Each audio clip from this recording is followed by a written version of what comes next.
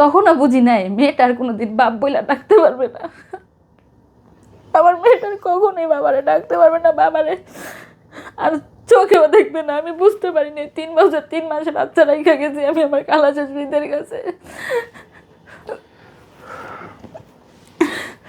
যে মানুষটা আমার মার বাড়িতে কোনোদিন আমার থাকতে দিতে চাইতো না, বলতো তুমি ছাড়া আমার রাতে ঘুম আসে না, তুমি গেলে আমারে নিয়ে যাও, ছাড় মতন আমার সাথে যাইতো, সে মানুষটারে আমি 9টা দিন আইসিইউতে ঢুকায় রাখছি,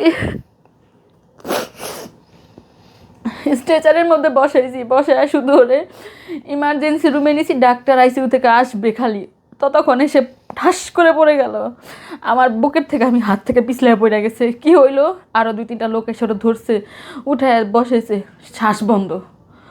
আমার তো পায়ের থেকে মাটি সরে গেছে, শ্বাস বন্ধ মানে কি ব্যাপার। ডাক্তার সিপিপি করে ইলেকট্রিক শর্ট দিল, প্রথম শকে আসেনি, দ্বিতীয় শকে মনে হইলো 1 ফিট উপরে উঠে গেছে বেডের থেকে লাফের চোটে। একটা দম নিল, ভিতরে একটু প্রাণ পাইলাম যে আল্লাহ বাঁচায় আছে।